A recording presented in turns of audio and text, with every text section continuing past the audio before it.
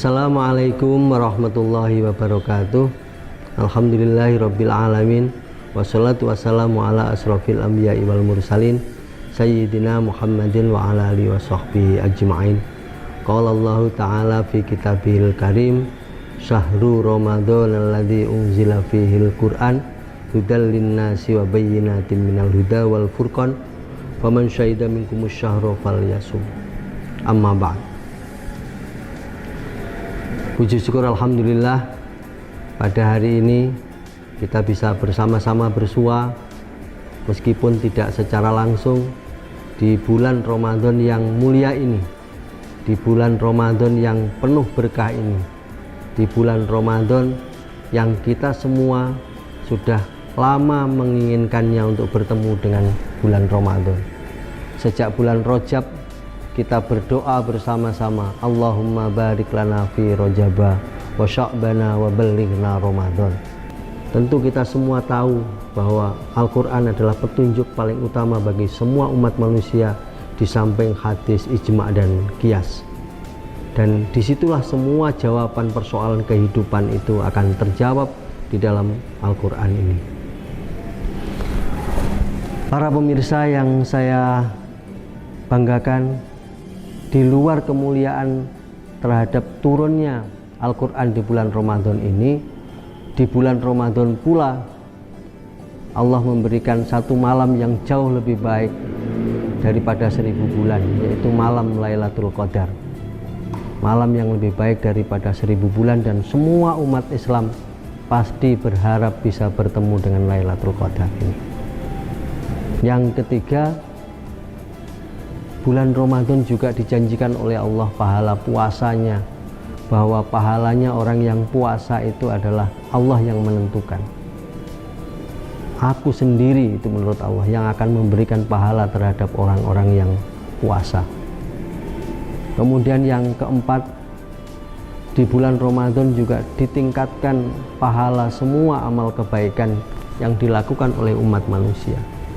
Karena itu kita semua harus terus meningkatkan kebaikan-kebaikan ini, baik kebaikan yang terkait dengan keilmuan, kebaikan yang berkait dengan tindakan, maupun kebaikan-kebaikan yang terkait dengan bagaimana kita mendistribusikan atas kekayaan yang kita miliki ini kepada orang lain. Apa yang kita lakukan terhadap harta ini? Allah sudah mengajarkan kepada kita semua, Allah sudah menunjukkan kepada kita semua. Yang pertama, bahwa pada setiap kekayaan itu ada haknya orang lain, diminta atau tidak. Wa fi amwalihim haqqul lisaili wal mahrum.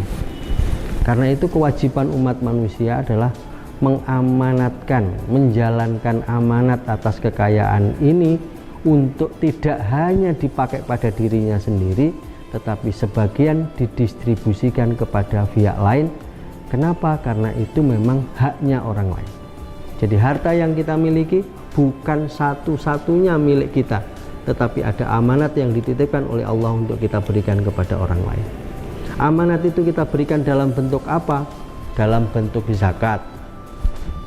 Betapa pentingnya zakat ini sampai perintah zakat itu seringkali dibarengkan dengan perintah sholat, aqimis sholah wa atuz zakat. Diberikan dalam bentuk infak, wa anfiqu fi sabilillah. Infakkanlah sebagian hartamu di jalan Allah. Diberikan dalam bentuk sedekah, khudh min amwalihim shadaqatan. Ambil sebagian kekayaan kamu untuk disedekahkan kepada orang lain.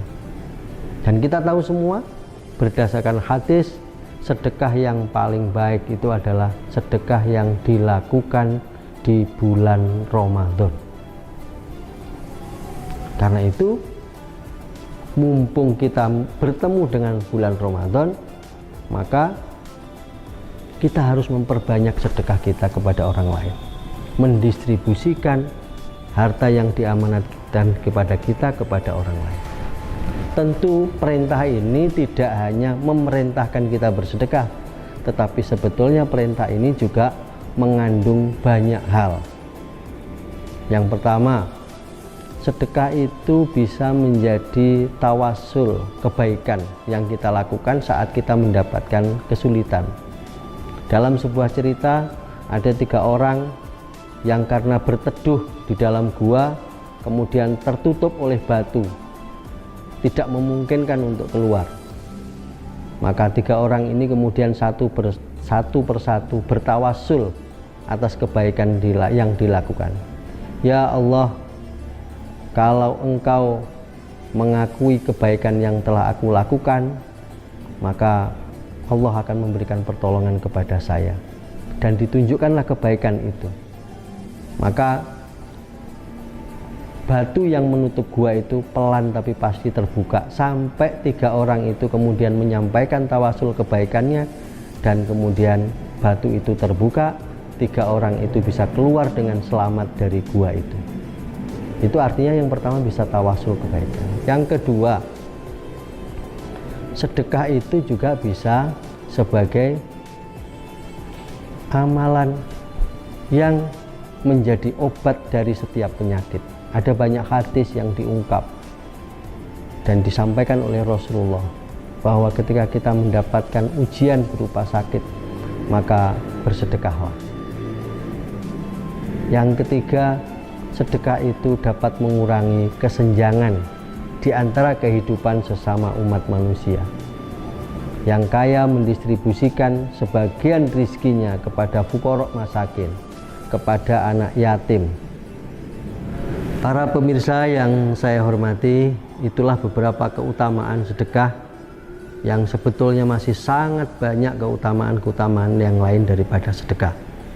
Tetapi poin penting yang ingin saya sampaikan, jangan takut kita melakukan sedekah, karena Rasulullah telah menyampaikan dalam sebuah hadis yang menyatakan bahwa tidak akan menjadikan harta kita berkurang karena sedekah. Para ulama juga menyampaikan tidak ada orang yang miskin karena sedekah. Karena itu, marilah kita mulai hari ini, momentum puasa ini kita jadikan sebagai momentum kita untuk mendisiplinkan kita menjalankan amanat atas harta, salah satunya dengan memberikan sedekah kepada pihak lain. Semoga yang saya sampaikan ini bisa bermanfaat, dan kurang lebihnya mohon maaf. Wallahul muwaffiq ila aqwamit thoriq. Wassalamualaikum warahmatullahi wabarakatuh. Selamat datang di Kampus Universitas Islam Malang, kampus Islami dan terbuka bagi semua umat beragama dan warga negara. Telah mengimplementasikan Merdeka Belajar Kampus Merdeka, membangun jejaring dengan dunia usaha, dunia industri, perguruan tinggi dalam dan luar negeri. Pilihan program studi lengkap dengan fasilitas pembelajaran modern, indah, dan nyaman. Ketika saya masuk kampus Unisma, saya merasakan pendidikan tinggi Islam yang maju dan modern. Di sini, Universitas Islam Malang kampus kreatif, inovatif, unggul, berdaya saing, berjaring internasional menuju world class university. Ingin menjadi lulusan yang unggul, kreatif, inovatif, dan bermoral? Yuk kuliah di Unisma Malang.